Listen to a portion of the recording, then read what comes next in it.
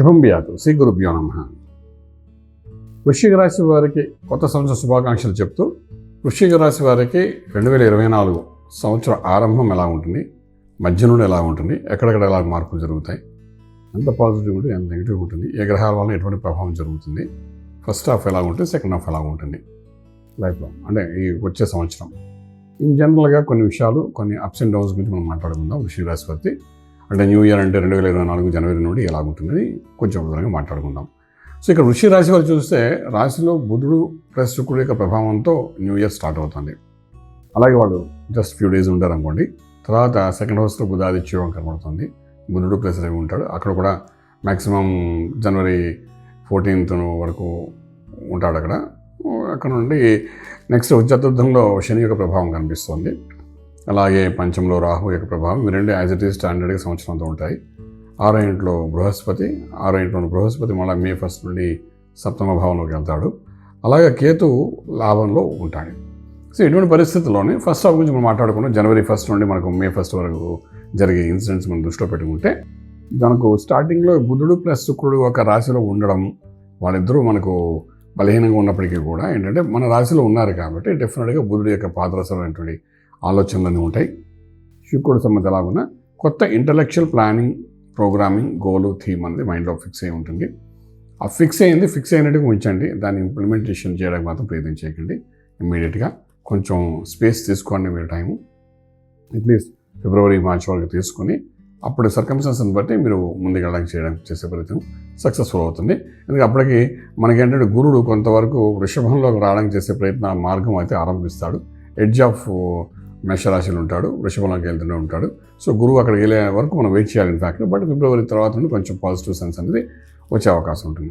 బుధాదిత్య యోగం అనేది కనబడుతోంది. సో ఫస్ట్ 15 daysలోనే ఒకవేళ కానీ కొత్త నిర్ణయాలు కానీ తీసుకుంటే, కొత్త వ్యాపార నిర్ణయాలు తీసుకుంటే చాలా బాగుంటుంది. అది కొంతవరకు ఇనిషియేట్ చేయొచ్చు. ఇనిషియేట్ చేసినా కూడా ఇంప్లిమెంటేషన్స్ అండ్ ఫర్దర్ గ్రోత్ అనేది కూడా మనం కొంత ఆల్మోస్ట్ మార్చ్, ఏప్రిల్ వరకు వెయిట్ చేయాలి. చేసినది అక్కడ టేక్ ఆఫ్ చేసుకోవచ్చు. అలాగే అర్ధాశ్లేషణ ప్రభావం ఒక పక్క కనబడుతుంది కాబట్టి మీకు తెలియకుండానే మీ చేతి ఖర్చు కొంత అవుతుంది. దానివల్ల మనం సబ్స్టిట్యూట్ చేయడానికి ఏమీ ఛాన్సెస్ అయితే ఉండవు. ప్రస్తుతానికి ఫస్ట్ హాఫ్లో అర్ధాశ్లేషణి, తర్వాత పంచంలో రాహు కూడా మీ చేతి ఖర్చు పెట్టిస్తారు. పంచంలోన పిల్లల ద్వారా మీ చేత విపరీతమైన ఖర్చు పెట్టిస్తారు. అలాగే మీరు చూసుకుంటే లాభాలు కొంత వ్యాపారంలో మనకు కనబడతాయి డెఫినెట్గాను, అందులో సందేహం లేదు. బట్ లాభాలు కనబడతాయి, కానీ ఆ వచ్చిన లాభాన్ని వల్ల పిల్లల ద్వారా ఖర్చు అవుతుంది. అలాగే తల్లిగారి యొక్క ఆరోగ్యం విషయంలో కొంత ఖర్చు అవుతుంది. ఆరోగ్య విషయంలో కొంచెం అర్థం అవుతుంది. అలాగే మనం తీసుకుంటే మనకు ఆల్మోస్ట్ సెకండ్ హౌస్లో ఉన్న బుధుడు రవి కాంబినేషన్స్లో కొత్త వెంచర్స్ ఏమైనా స్టార్ట్ చేస్తే దానికోసం కూడా కొంచెం కొత్త ఇవ్వదు. సో ఈ రకంగా ఏంటంటే మన ప్రాఫిట్ వస్తుంది. ప్రాఫిట్ మనం ప్రాపర్ వేలో ఖర్చు పెట్టడం కూడా జరుగుతుంది. కానీ శుభకార్యంగా మాత్రం కాదు. మామూలు ఇన్ జనరల్గా development of your business, development of your source of income దానికోసం ఖర్చు పెడతారు. ఆర్థిక బలం పెంచుకోవడానికి ఉద్యోగస్తుల దగ్గరికి వచ్చినప్పుడు మాత్రం ఫస్ట్ హాఫ్ కంటే సెకండ్ హాఫ్ అంటే May తర్వాత శుభ ఫలితాలు కనబడతాయి. ఇంక్రిమెంట్స్, ప్రమోషన్స్ ఇవన్నీ కనబడతాయి. ఫస్ట్ 5 monthsలో మాత్రం మనకు పెద్దగా చెప్పుకోదగ్గ బెనిఫిట్ అయితే ఎక్కువగా కనిపించదు. అంటే ఏప్రిల్ ఎండింగ్ వరకు అయితే ఎక్కువ కనిపించదు, ఆ తర్వాత కనిపించవచ్చు. అలాగే వ్యాపారస్తుల దగ్గరకు వచ్చినప్పుడు మాత్రం ఇన్వెస్ట్మెంట్ ప్లాన్స్ అన్నీ ఫస్ట్ 4 months చేయండి. సెకండ్ హాఫ్లో దాని ఫుల్ స్ప్లిట్ చూడడానికి అవకాశం ఉంటుంది. అలాగే రైతాంగం కూడా విత్తనాలు వేయడము, పండించడం, వాటి ఫస్ట్ 4 monthsలో కొంత ఏమైనా చేస్తే May, June నుండి మంచి రైజింగ్ అవడానికి అవకాశం మనకు అనిపిస్తుంది.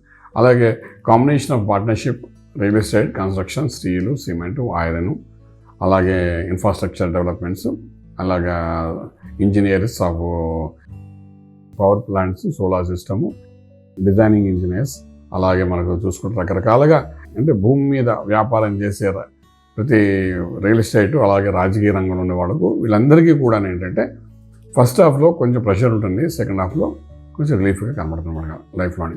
ఇవన్నిటికీ ఫస్ట్ హాఫ్లో మీరు వేసిన ఫౌండేషన్కి రిలీఫ్ సెకండ్ హాఫ్లో కనబడుతుంది. May 1st నుండి కనబడుతుంది. ఫర్ ఎగ్జాంపుల్ పొలిటికల్ లీడర్స్ ఉన్నారు, నేషనల్ లెవెల్ లీడర్స్ ఉన్నారు, వాళ్ళకి ఎలక్షన్స్ ఉన్నాయి. ఎలక్షన్స్లో ఎంత స్ట్రెస్ తీసుకుంటారో ఫస్ట్ హాఫ్, దాని రిజల్ట్ May 1st నుండి మనకు ఫుల్ ఫ్లెజ్గా కనబడుతుంది అనమాట.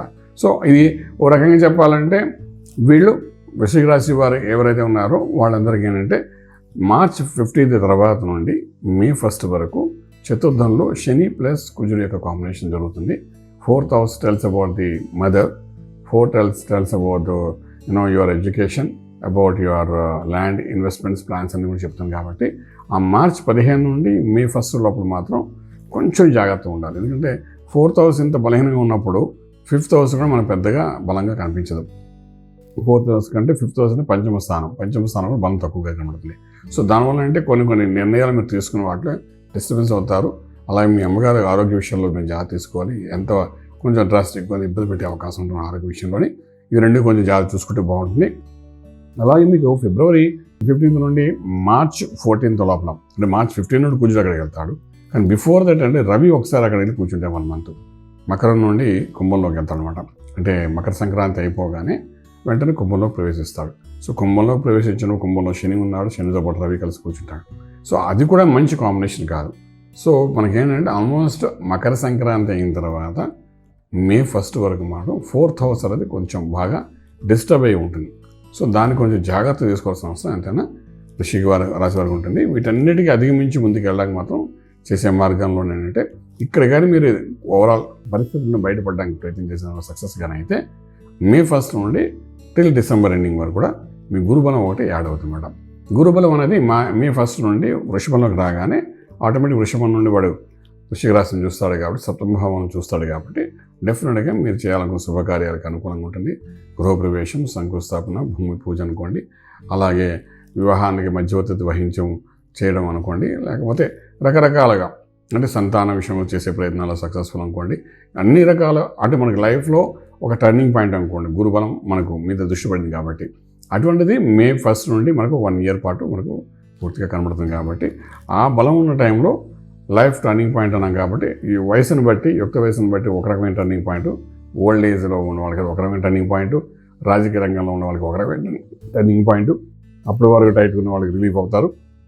అలాగే వ్యాపారస్తులు కూడా గురుబలం అనేది ఒక అల్టిమేట్ సక్సెస్ అనే లైఫ్ అన్నమాట. ఆయన ప్రతి 11 yearsకి ఒకసారి మన మీద దృష్టి పెట్టడానికి వస్తుంటారు. అంటే డైరెక్ట్గా దృష్టి పెట్టడానికి సప్తమ భావంతో వస్తుంటారు కాబట్టి సో అటువంటి దృష్టి వచ్చింది కాబట్టి సో ఈ టైంలో మనం ఏమైనా కరెక్షన్స్ చేసుకోగలిగితే లైఫ్ చాలా బాగుంటుంది. About marital life also wife and husband మధ్యన గొడవలు ఉండి చిరాకులు పరాకులు కూడా కరెక్షన్ చేస్తాడు. అలాగే out of court way settlement అవ్వాలనుకున్న వాళ్ళు కూడా సెటిల్మెంట్ చేస్తాడు. అలాగే ఆల్మోస్ట్ కోర్టు వరకు వెళ్ళి విడిపోవాలనుకున్న వాళ్ళు కూడా ఒకవేళ లగ్నం బలం బాగుండి ఉంటే మాత్రం ఈ టైంలో కానీ ప్రయత్నం చేస్తే మళ్ళీ కలిసిపోయే అవకాశం ఉంటుంది. ఎన్నో విషయాలు అంటే మ్యారిటల్ లైఫ్ అన్నది చాలా ఇంపార్టెంట్ రోల్ ప్లే చేస్తుంది మన ఇండియన్ సిస్టంలోని. భారతదేశంలో దానికి చాలా వాల్యూస్ ఇస్తాం కాబట్టి సో అటువంటి వాల్యూస్ ఇస్తున్న ఈ యొక్క మ్యారిటల్ లైఫ్ మీద ఈ గురు దృష్టి అంటే పడుతుంది కాబట్టి వృశ్చిక రాశి వరకు ఏడేంటి అది lot of changes will come and second innings of the life అనేది స్టార్ట్ అవుతుంది. మ్యారేజ్ కాకుండా చాలా రోజుల నుండి పెండింగ్ ఉన్నవాడు 32, 34, 36 సంవత్సరాల వరకు ఉండి పెళ్లి కావట్లేని వాడు కూడా ఈ గురుబలం పెరగగానే సప్తమ భావన ఆటోమేటిక్గా అది వర్కౌట్ అవుతుందన్నమాట. సో ఈ రకంగా గురుబలం అవుతుంది కాబట్టి మనం చేయవలసిన పని ఏంటి అంటే వృశ్చిక రాశి వారు డెఫినెట్గా మేధా దక్షిణామూర్తి మంత్రాన్ని, గురు మంత్రాన్ని సాధన చేయడం చాలా అవసరం పడుతుంది. అది చేసుకుంటూ కొంచెం ముందుగా వెళ్తే డెఫినెట్గా ఫస్ట్ హాఫ్లో కూడా కొన్ని ఇష్యూస్ నుండి బయటపడడానికి అవకాశం ఉంటాయి. సెకండ్ హాఫ్లో ఆటోమేటిక్గా దాని బలంతో రాజమార్గంలో రాజ్యం పొందడానికి అవకాశం ఉంది చెప్పగలుగుతాం. శుభం బియాదు. ఈ వీడియో మీకు నచ్చినట్లయితే మీ మిత్రులకు షేర్ చేయండి. అలాగే మా ఛానల్ను సబ్స్క్రైబ్ చేయడం మర్చిపోవద్దు. Thank you.